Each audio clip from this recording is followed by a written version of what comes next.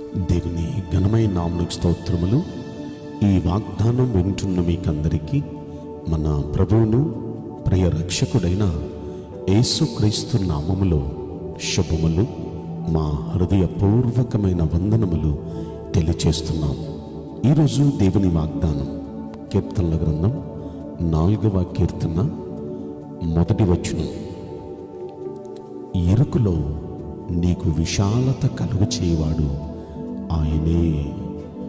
ఈ మంచి వాగ్దానం వింటున్న మనందరి వినికిడిలో మన మంచి దేవుడు నెరవేర్చునుగాక. ఆమేన్. ప్రియ దైవ జనాంగమా, మీరేమైనా ఇరుకుల్లో ఉన్నారా? ఇబ్బందుల్లో గుండా వెళుతున్నారా? చాలా కష్టంగా ఉందా మనుగడ కొనసాగటం?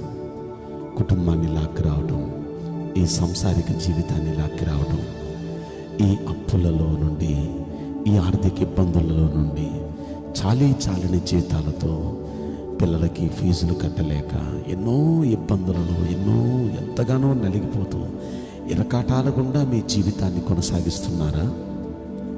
ఇరుకులో విశాలత కలుగజేసే గొప్ప దేవుడు మన దేవుడు.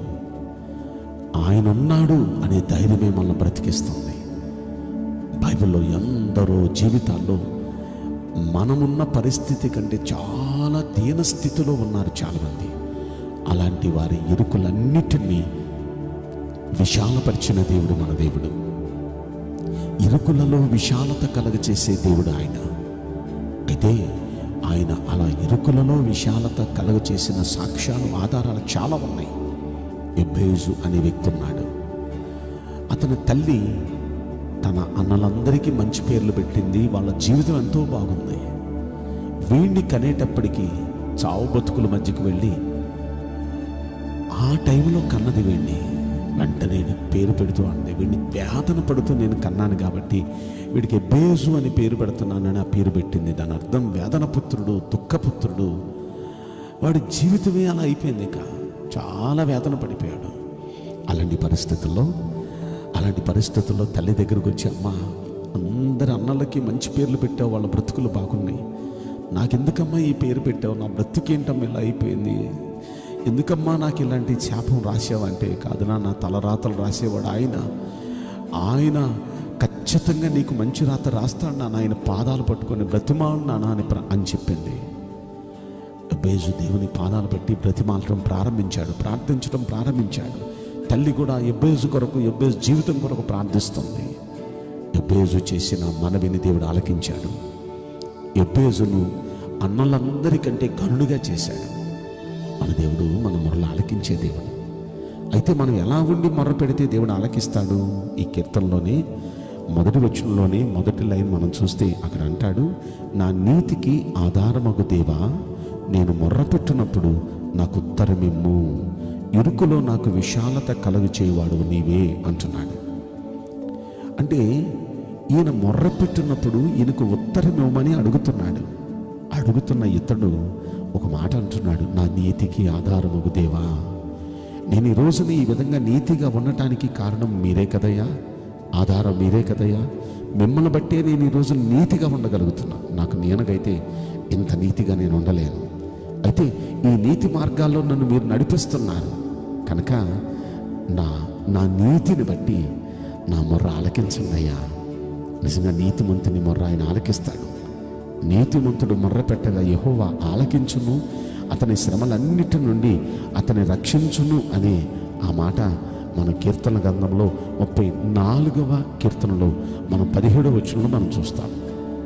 ఉన్న శ్రమలన్నిటి నుండి దేవుడు విడిపిస్తాడు, ఇరుకులన్నిటి నుండి దేవుడు విడిపిస్తాడు. అయితే నీతిమంతునిగా ఉండి మనం మొర్ర పెట్టాలి. ఆ నీతిని మనంగా అయితే నీతిమంతులుగా ఉండలేము.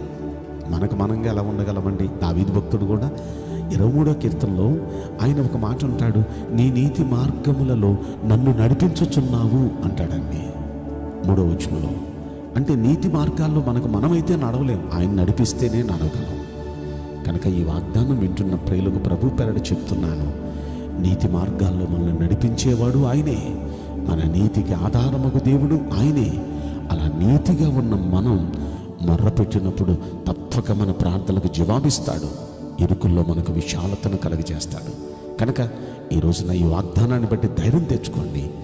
మీరున్న ఇరుకులన్నిటి నుండి దేవుడు మీలో ప్రతి వ్యక్తికి విడుదలిచ్చునుగాక. ఆమేన్. నేను మీకోసం ప్రార్థన చేయబోతున్నాను. పరిశుద్ధుడా, ప్రేమిగల యేసురాజా, మీ పరిశుద్ధ బంగారు పవిత్రమైన నామమునకు నిండు మనసుతో కోట్ల కొలదిగా స్తుతులు, స్తోత్రములు, వందనాలు చెల్లిస్తున్నాం.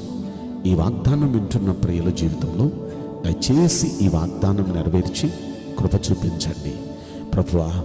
ఈ వాగ్దానం ప్రకారం నీ ప్రజలు ఉన్న ఇరుకులన్నిటి నుండి మీరే విశాలతలోనికి వారిని నడిపించి నోటి నిండా నవ్వు దయచేయమని ఈ కొద్ది మనవులు నజరుడైన యేసుక్రీస్తు ప్రశస్తమైన నామములో మిక్కిలి వినయముతో ప్రార్థించి బ్రతిమలాడి వేడుకుంటున్నాం ప్రియ పరలోకపు తండ్రి. Amen. May God bless you all. Thank you.